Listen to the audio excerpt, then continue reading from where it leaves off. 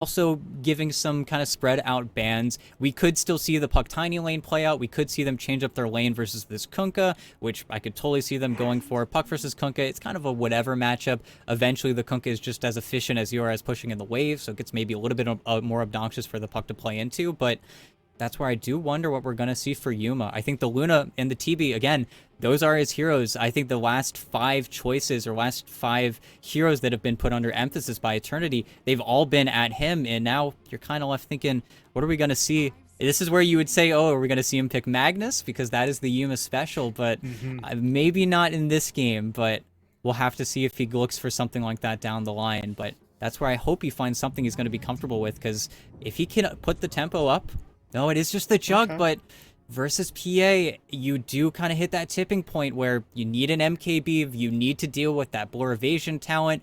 You're maybe a little bit faster and a little bit more robust in the lane, but it is a rough carry matchup that they've chosen for Yuma.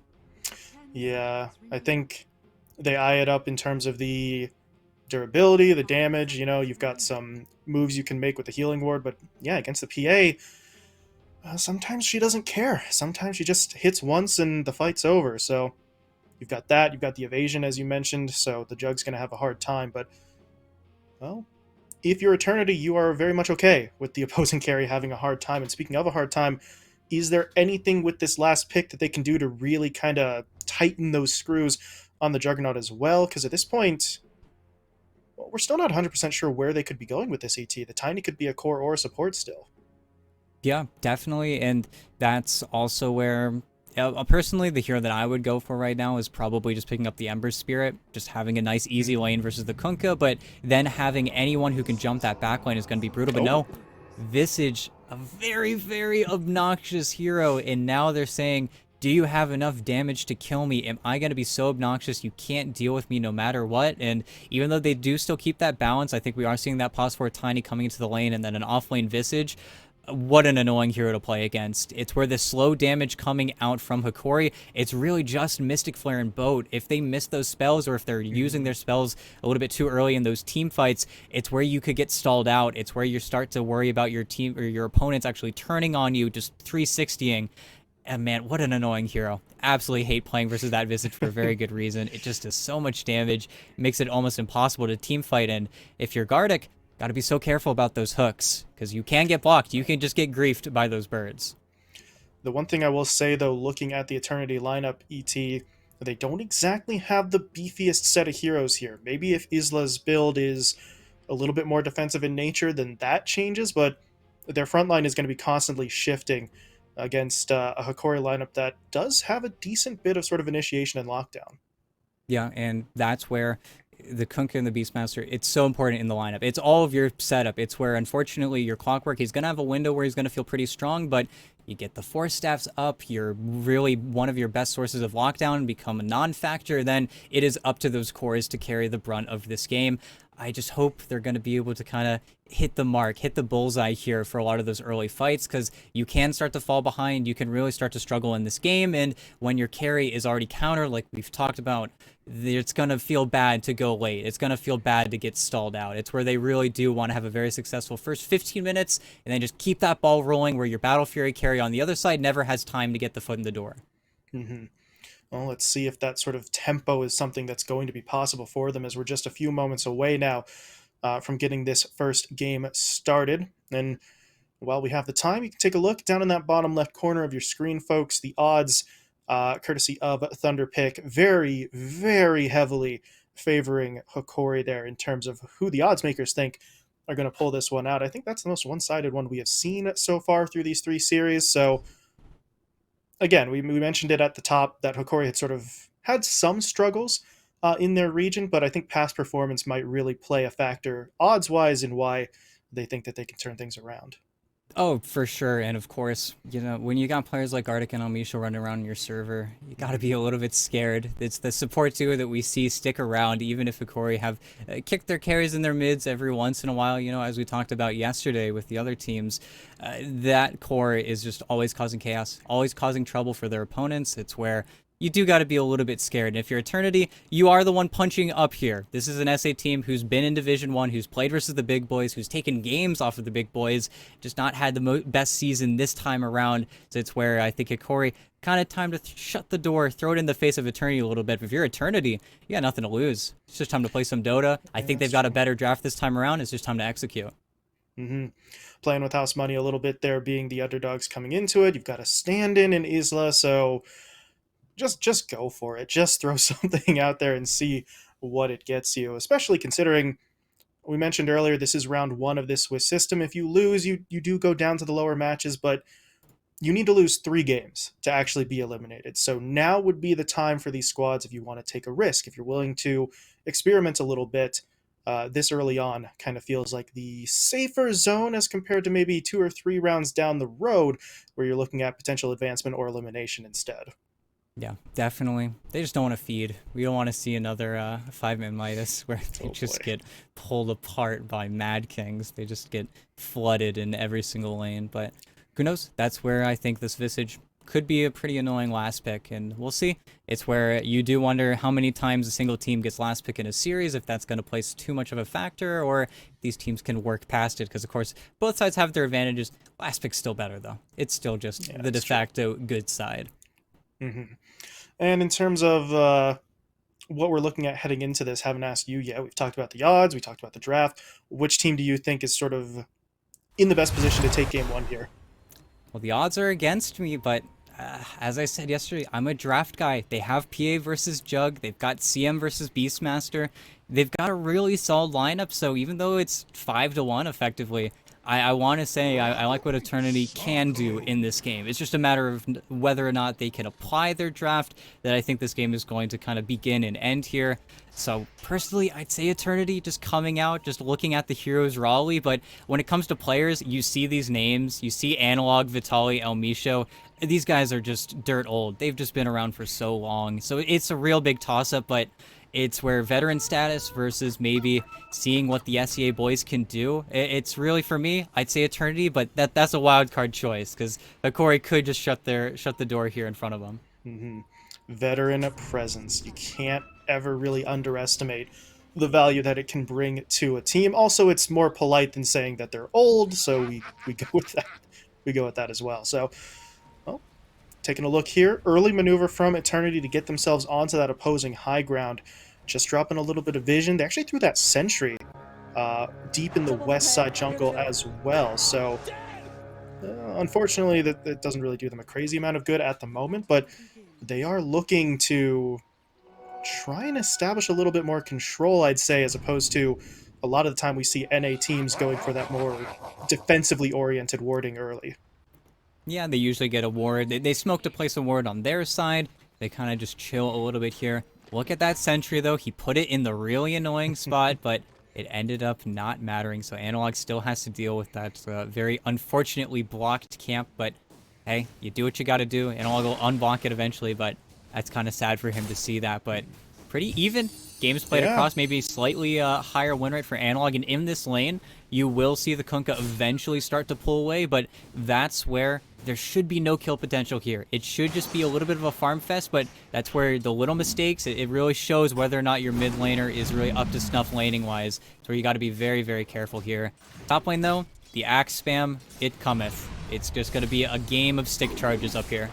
Oh, yeah. This is going to be just spam city on the sticks and wands. So, well, this is the good news, at least, with the Crystal Maiden pickup. Initially, we were looking at it as, you know, something to dissuade the boar, but if the boar's not going to get skilled up, the CM still does really respectable amounts of damage. It's very mana heavy, but she is going to be able to sort of play that bully ball just as well as the Hokori duo on the other side.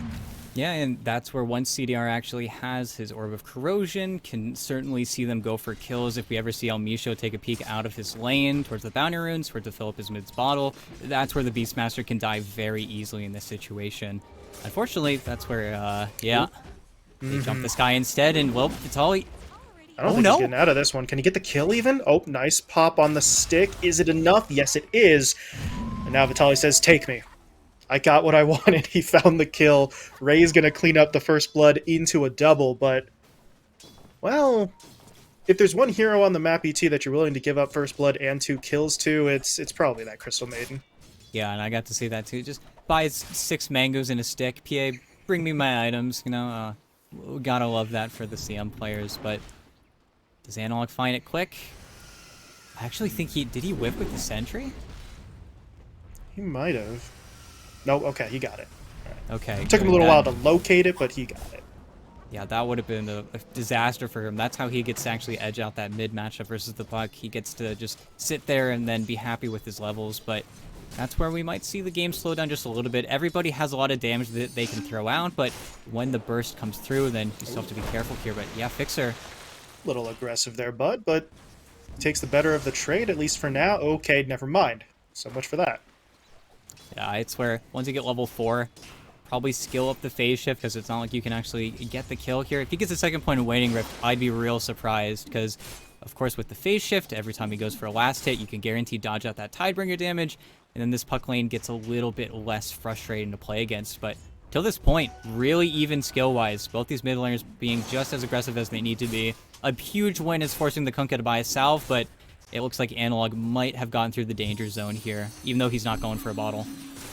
He's got the double bracer build, so he's got that little bit of extra durability. So, yeah, Fixers hasn't been able to quite pop him just yet. Nifty play there to dodge out the Torrent. Good timing, and that's just kind of going to be the way this lane plays out. Very, I guess I want to say obvious plays, and it's just a check. Are you paying attention? Because you should be able to dodge it out. If you do, then you're just fine. Oh. Otherwise, oh my goodness, up top. So many low HP bars here. CDR sort of backing away. Meanwhile, you saw the Skywrath playing a very dangerous game, but he's able to back off as well. Yeah, it's where you don't really get to pay attention to the axes, and Ooh. it's a kill bottom and a solo kill mid. Analog just took down Fixer and just maybe not paying attention, got the phase out. That was really bizarre for me, but nice trades made across the map here, and even more. Everybody's dying. Can Amisho get it? No, he can't, so CDR wins the top fight at least, but, well, it's only a temporary salve considering they lost heroes elsewhere, and yeah, good catch by our Obs, because there's another fight going down in the bottom lane again. Gardic is just playing so far forward here, trying to be as annoying as humanly possible, and that's what you pick up the clock for as they get the cog trap. Moonlight in some trouble. That toss only throws a creep, so Yuma feels free to go for the spin. Moonlight trying to dance through the trees, does a decent job of it there. Can Gardic finish the kill himself? Not really, because he's completely out of mana. Yeah, but look at how many creeps are dying to towers right now. Even though you're getting the XP, not really getting too many of these last hits on that Visage, and Yuma, of course, with the healing ward, he gets the reset. He's got a salve just in case as well, so he really is feeling fine, but it's rough. Rough goings if you're this Visage. With that fight, we'll get a word from our sponsor as Ray gets taken down again. If you're topping up your balance at Thunderpick, don't forget to use promo code Bitcoin. Get 100% up to 500 euros as a deposit bonus. So thank you to Thunderpick for the odds, for sponsoring the event, and well, we'll get back into the action there. It was Ray who got taken down there.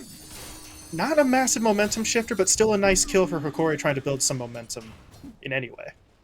Nope, definitely. Just trying to get something going for them.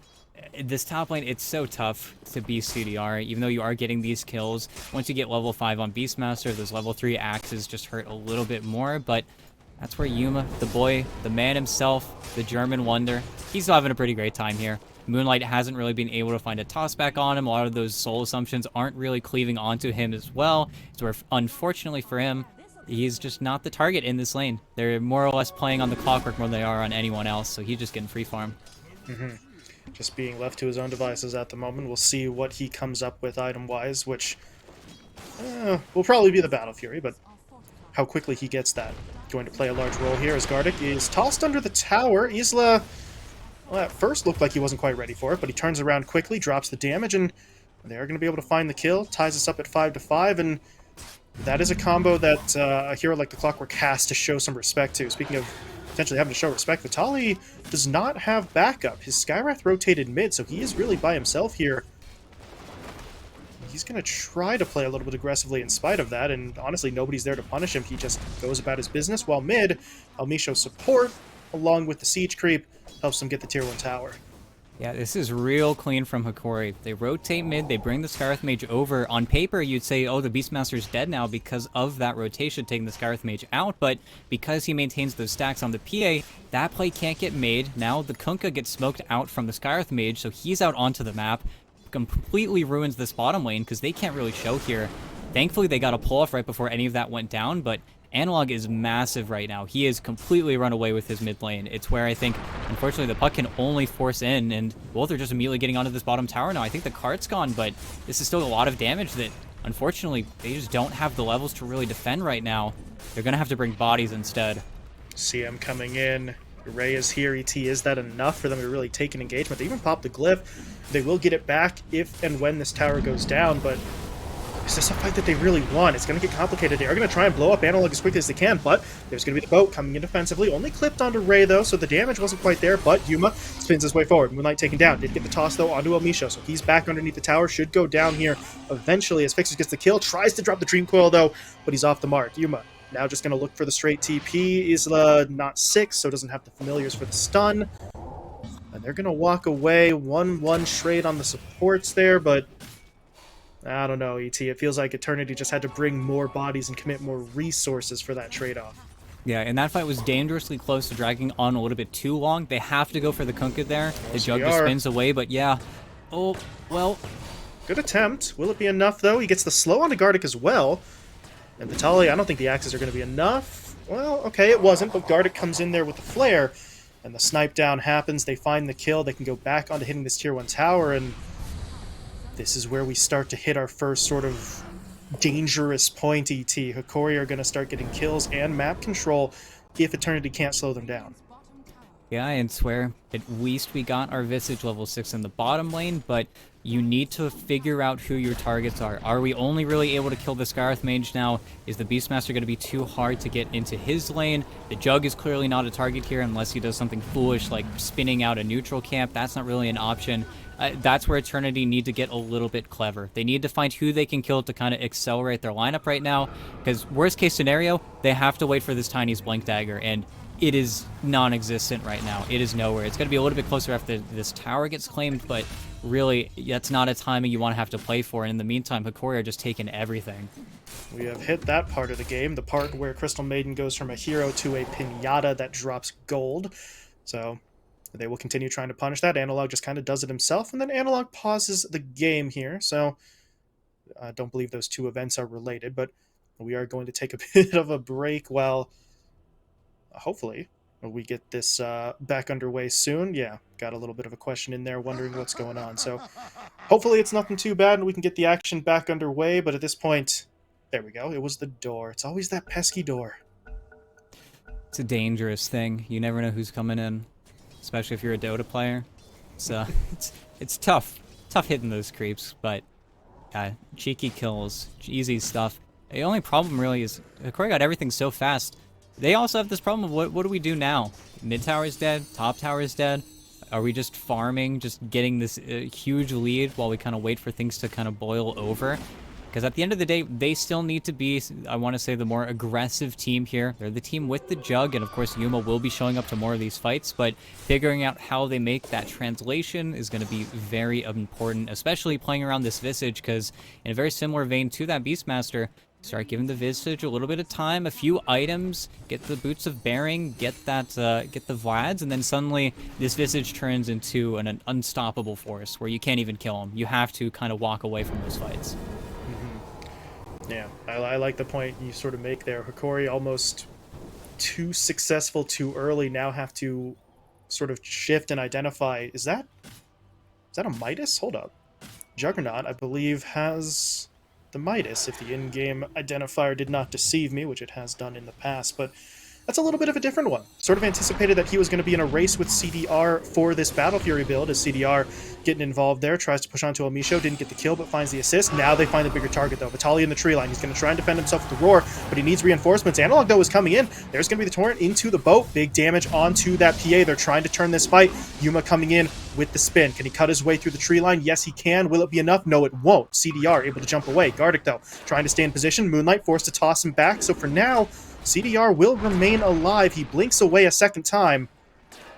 I think Eternity have mitigated the damage here pretty significantly. The problem is, I mean, you wanted the kill onto Vitali there, and not only do you fail to get it, but then you lose a little bit going the other way. Yeah, and of course, still a 4-man rotation, and they do get out. A lot of time the PA was unfortunately not farming, but hey, you know, it could have been worse, and they still get the kill on El Misho, so something. Honestly, a little bit sloppy from Hokori. It was a weak point. It was something that Eternity could exploit. It was a very slow response, I want to say, from Hokori that kind of resulted in El Misho's death, but Missed hook there from the Clockwork. I think that's the first hook we've seen so far, and he wasn't able to hit. Now he might get punished for it. He drops the cogs in the river, though, to try and push everyone back, and this is going to turn into a fight. The X was thrown down onto Ray, but I believe this fight is actually getting a little bit further spread out. Yeah, they are starting to bring in some heroes from the north. Fixers drops down the Dream Coil onto El Misho, but El Misho's underneath this Tier 1 tower, and yeah, that's a step too far if you're Eternity, and they know it. They're going to back away. They find the one pick. It's going to have to be enough for now. yeah, they kind of have to chill. Again, Hokori used their tools maybe a little bit too fast in this fight, and of course, as long as they can take these fights where their top tier 2 isn't under pressure, Eternity have time to find engagements. It's where the fight will either come to Vitali or Vitali will not participate. Beastmaster's TPing into fights, it's never really nice because, of course, you abandon your boars, and well, the tier 2 certainly taking a little bit of damage here, but can they find Vitali? I think they've got him here, and without the Jug or the Kunkka able to connect, I feel like this is another really clean pick. Picks that they really need on Eternity. Ties it up at 9 all in terms of the kill count, and there were heroes coming for Hokori, and they might still go, Gardic, thinking about it. Fakes it out a couple of times, drops the flare down for vision, but he realizes there's a few too many heroes. Maybe you don't want to throw yourself face first into that one, so they will back away. But while that was going down, Yuma farms with that Midas. I believe that was an Orchid finished off by Analog as well, so the tools are starting to sort of get ready to go for Hokori again. No, for sure, and well, we'll see. You've got some pretty big power spikes. The one thing I'm a little bit scared of is on that Kunkka, we do see him rushing the Orchid instead as your solution for the puck, or even to force him into maybe going for an item like the Yule Scepter, but no Armlet, no Sanj, no BKB. This lead that Analog's built up for himself has not made him any tankier, so he is certainly still killable, and the hook's a little bit botched, but can they connect?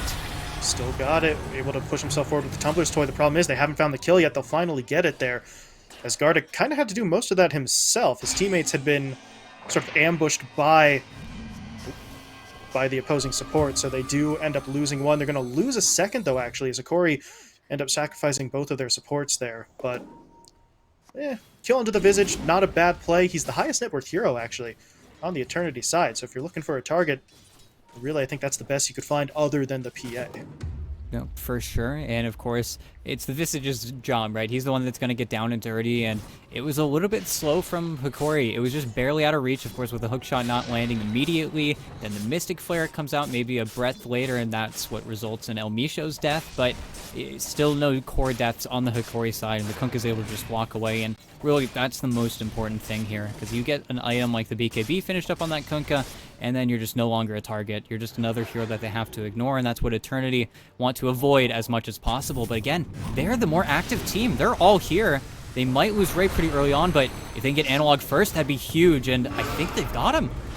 The roar from Vitali, though, is going to break that up a little bit. Analog has a moment. Gardic comes in with the hookshot. Analog, though, will still die. So they found their target on Eternity. The question is now, can they get away? Moonlight was trapped up inside the cogs. He goes for the toss play, but now still going to get slowed, silenced, taken down. Vitali picks up the triple kill in the fight. Every single one of those pickoffs goes his way, and, well, you get gold if you're Eternity, as you can see from the recap there. Not a terrible sort of initial fight, but they needed to be able to steer clear of the response, and they simply weren't able to do so.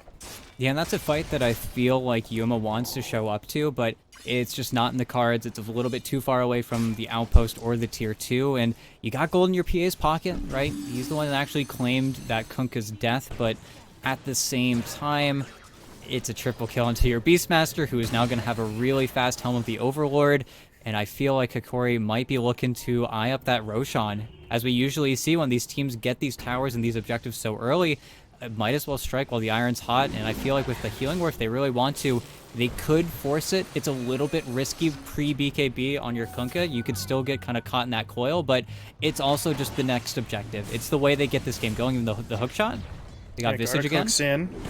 Do they have the damage? Yeah, they definitely do. Had to deal with the brief stun there from the birds, but they're actually going to clean those birds up too. Both of those go into Vitali, so tally another 200 gold in addition to the kill. And now, I mean, Roche is free. You're going to get in here with all 5. You've got the Thunderhide to help. They drop the ward there on the other side of the wall, and there's just nothing that Eternity can do now. Yeah, the healing ward is it's an incredible drug. It's really, it's quite powerful, and the only way they consider fighting this Roshan is if the Visage is alive and if our Tiny has a Blink Dagger. Without that Tiny having the Blink, I think Moonlight is still just a little bit too far away. Yeah, still working towards it. Once he has it, then your Puck has somebody else to jump in with him, but until then, the team fights are just impossible to execute. At the very least, though, CDR just finished off his Battle Fury. He can now look at a big item like the BKB. Then our PA can feel a little bit more confident taking these engagements, but it feels like Eternity are going to have to adopt a split push style right now. They can't really afford the Beastmaster to get onto any of these tier 2s anymore. Otherwise, you're going to take so much damage. Yeah, they're just going to lose that sort of vital space that they need to farm their way back into it. So we'll see if they're forced into defending some of these objectives, because the push is coming. Hokori are going for it. Tier 2 tower top is getting hit pretty hard. There's that Blink Dagger, though, finished off by the Tiny. So it may very well be go time for Eternity. And well, at this point, go time, maybe whether they want it or not, because, as I said, the push is coming. They're starting to run out of space. Yeah, and of course, Eternity, they know that their opponents don't have Glyph right now. They get to go up high ground. They get to force on the Hokori side, but if Hokori get this Glyph, then Eternity have to play defensively pretty much until that refreshes. Or otherwise, they're playing for more or less getting pushed back to their base every single time. Unfortunately, this is going to result in pretty much 3 heroes stuck on the high ground whenever this Jug walks up the hill. In Moonlight, he's got a really interesting position. He needs to find the Skyreth Mage. He's looking for Almisho, but look at him. He's sandwiched in between the vision. I feel like Gardeck's almost baiting him to try and cancel it with the Rocket Flare, but look at the tier 3. Only has a quarter of HP left, and then the go, it gets messed up.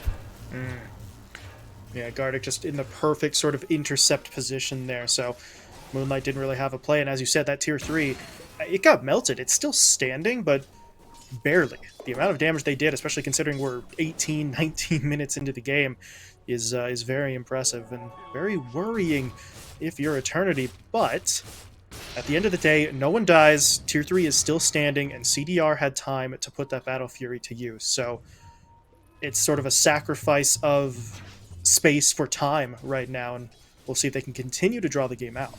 Yeah, and unfortunately, with the vision, with everything placed right now, and without having Glyph, I feel like this mid-tier 2 is probably just going to be time bot for your PA. I don't really see them making any real attempt to defend this tower. It's just another HP bar that isn't your top tier 3, but it's still very difficult to play this game. There's so many things that need to go right, but the initiation, the jump. They drop the roar down, okay. Trying to get onto Moonlight, they'll quickly blow him up.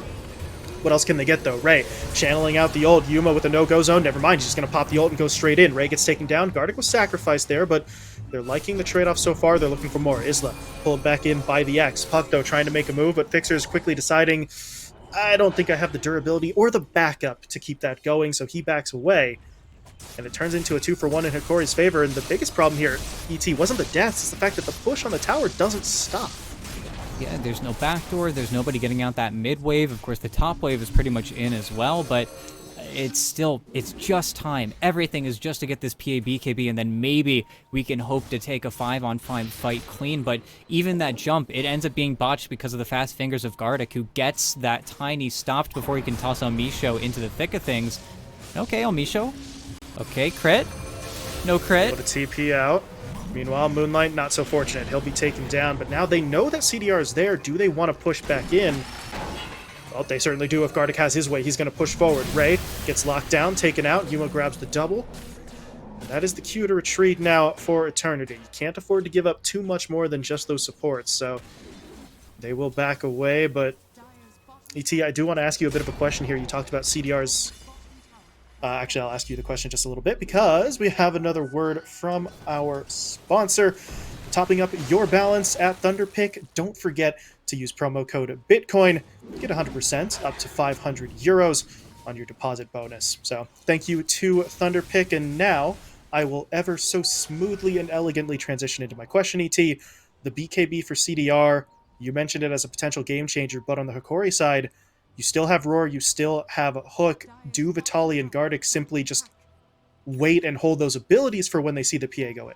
So that's where I like to talk about the topic of threat, about what we can do before the PA BKB. If we can make our Visage or we can make our Puck into that target and get that Roar used, Hookshot we can't control. Gardic's going to be so far away we can't even think about that, even though it looks like he's got Fixer dead to right. But if we can somehow make one of our other heroes tank that Roar, CDR is home free. The mistake is going to be jumping the gun, going in too early in Analog. This could be big. He's got BKB though. They have to make this fight. Defensive boat. They drop the Roar onto CDR, and do they continue to chase here? Analog's BKB is wearing off, but without the Puck, without the Tiny, they really don't seem to have much initiation, and now Ray's in trouble. The X is going to pull him back. Torrent knocks him up in the air, and Vitali is in there to finish off the kill. So kind of the exact opposite way that we wanted them to handle that fight, ET. Hey, they used Roar and they didn't use BKB, right? You know, it's not the absolute worst situation where you commit the BKB, it's on CD, and then you get roared, but it's still not going to stop this push. It's not going to make this any easier. At least your Glyph did come back up. That bottom tier 1 was claimed, but at the same time, this defense... Look at CDR. He found on Misho. Oh, that's a problem. He's got to use the BKB to avoid the silence, but once it's up, okay. Maybe they can make something happen. Trying to push onto Yuma. Yuma, though, pops a spin. They see Fixers. They have him silenced. They're just going to turn around quickly, and that's the name of the game. While CDR has the BKB, if you can't lock him down, just take out everyone else. But everyone else is putting up a hell of a fight. Moonlight gets the toss back. They'll finish off Gardic, but Vitali is just hacking away at these opposing heroes. Analog now comes in as well. They'll finish off that kill.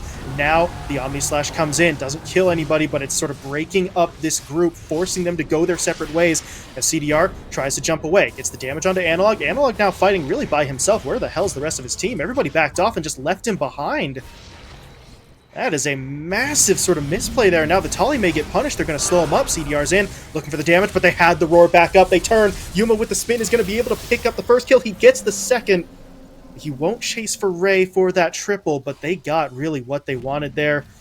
Would have been nice if they could have kept Vitali alive, but you bait the PA in. Still a win overall for Eternity, but a solid play at the end for Hokori to turn it around. And the high ground's defended, so much expended from both sides there, but just got lost in the chaos a little bit. They were playing like the Roar isn't there. It comes up from that initial engagement of the PA in that triangle. They didn't know about Vitali's BKB whenever they tossed him onto that CM. It's why it ends up being so hairy, but okay. Hey, remember the game the other day between Mad Kings and 5-Man Midas? I mean, I haven't stopped thinking about it since it ended, and there you go. Sorry, production. Don't mean to give you too much crap, but no, we're back, and not that much happened. Ray died. He got killed by Gardic.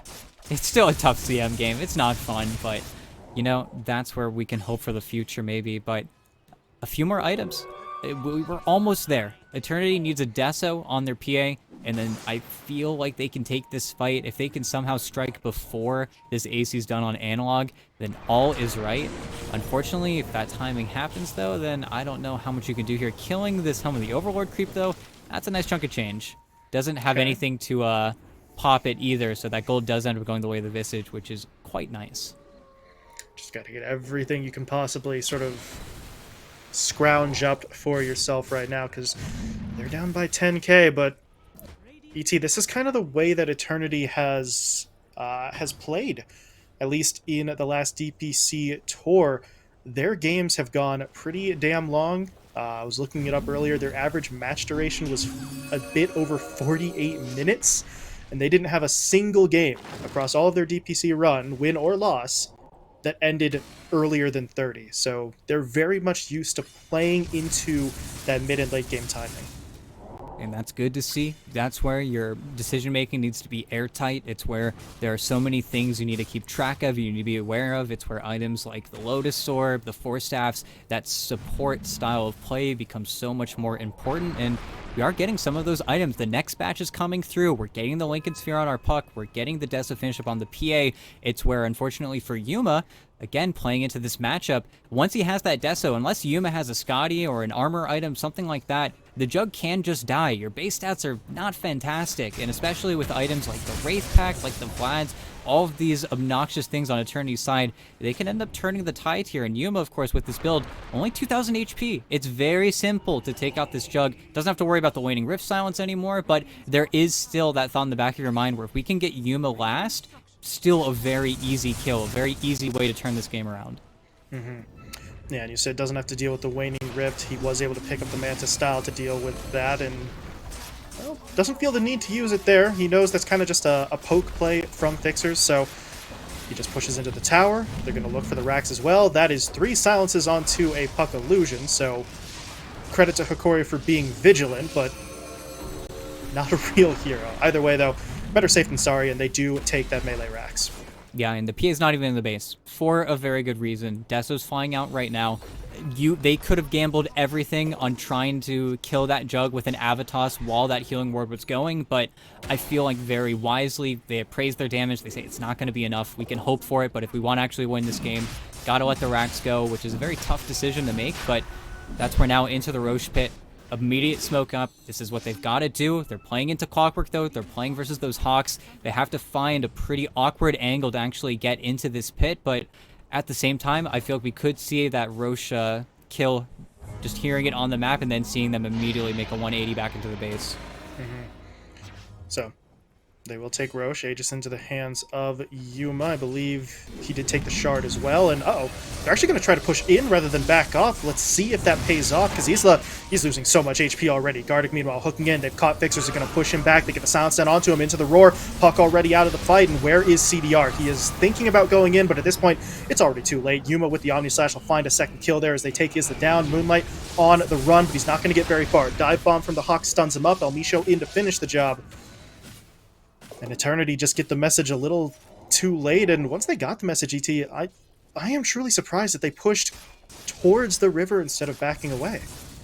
Yeah, I feel like, unfortunately, in an effort to be sneaky up the mid-wave, they walk over the Hokori vision. Gardic finds the perfect angle. He forces Isla to use that Ag Shard. He stones forms himself, which basically secures his death, because that Omni Slash is just going to be there right at the end to meet him, but also Gardic finding the beautiful hookshot onto that puck.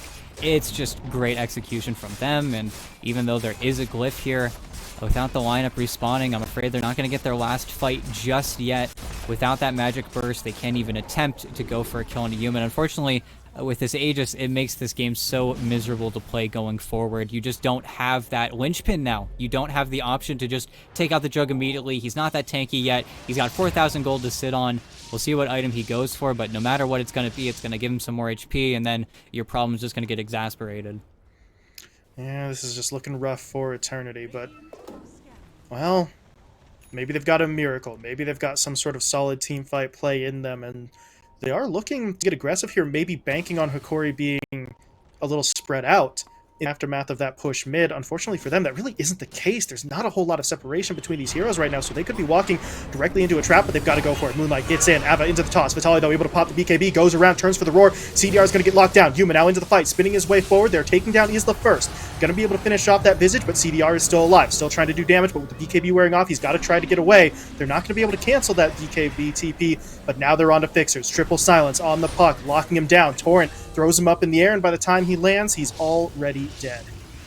Yeah, it's where that Lincoln's, it's great. It's great if you can use it preemptively. It's great if you know you can cancel the roar out, but when you get Bloodthorn, when you get Ancient Sealed, it's where that Orchid build on the Kunkka, even though it was maybe a little bit scary first 20 minutes into the game, has been completely shored up by finishing out the rest of his build, because now nothing is scary. I feel like this is where, even though we'd still have our glyph up, I don't know if we're going to see them able to make a comeback here. 1%.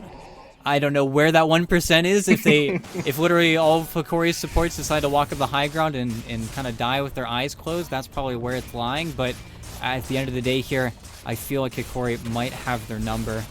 We'll have to see, though. Haven't seen a PA just dive into a fight head first, go for it, because of course he can't, because there is that roar to meet him every time he goes for something like that, but that's where they got to do something. Puck's up in 10 seconds. They're going to be megas by the time that puck is alive, or at least you're going to be losing this melee racks, and then don't know how well you're playing versus megas.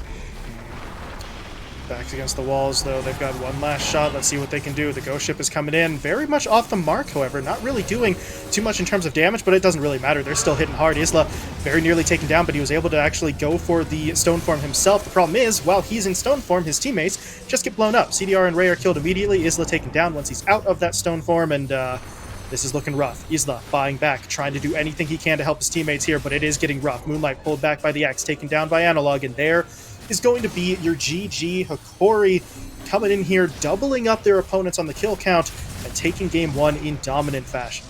No, it looked real good. They looked very, very solid.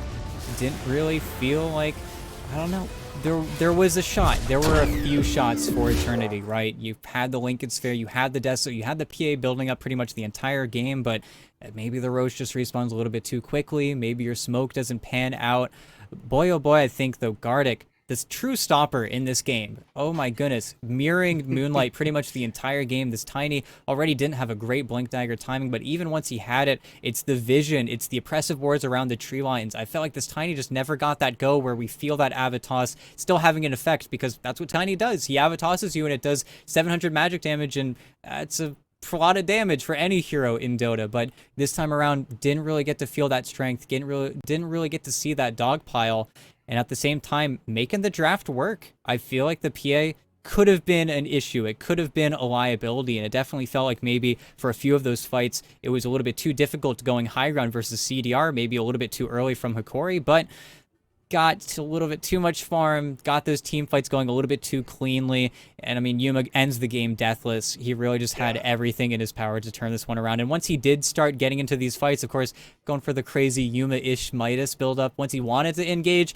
the healing ward is just impossible to fight into. It's where getting that healing ward paired with the Beastmaster creeps, it's just monstrous. It's where you really are put on a timer, and a timer that Puck also hates, absolutely despises to play versus, where unfortunately Fixers just ran out of damage. And I just love really that game. That felt like the Hokori that you and I are used to seeing from DPC, from Pro Series, especially looking as the screen sort of went away there, the assist counts across the board. The lowest assist count was still Yuma with 13. That was higher than anyone else on the opposing side. And as you mentioned, it was on a Yuma juggernaut that never died. So this is what Hokori looks like when they're firing on all cylinders. This is why Thunderpick put the odds where they did. They were very much aware of what Hokori can do. And now Eternity, unfortunately for them, are aware of what Hokori can do as well. The question is, what can Eternity do? What do we see from them when they're sort of playing at their best? Can they be at their best? Because they're going to have to be, ET. They dropped the first match of this series. Now their backs are against the wall. They do not want to drop that first series and go down to the lower matches. And we'll see. Do we change up the bans? Do we move past the puck opener? Not a lot of successful pucks today, but we'll see in game two. Yeah, game two coming your way in just a couple of minutes. So ET and I will step aside, and when we come back for that break, we'll see if Eternity can pull it off or if they're going to go down 0-2.